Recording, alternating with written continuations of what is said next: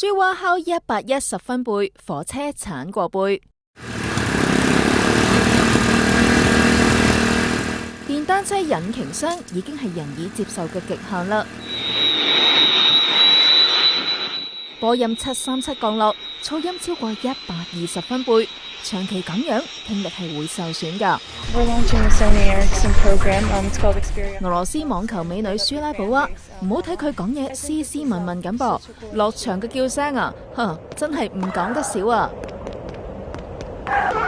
最近佢嘅絲線員受到嘅噪音好似火車駛過一樣，外電話佢嘅叫聲達到110分貝，長期咁樣啊，隨時變咗聾耳疹㗎。7年前贏過溫布頓嘅舒娃，今晚8點半同捷克嘅基維杜娃爭女單冠軍。I expect her to be a really tough opponent because number one, she's a really good grass court player. She's proven that last year getting to the semifinals. 想感受下仲嘈過火車嘅叫聲，不妨去戲院買飛睇 3D 直播啦。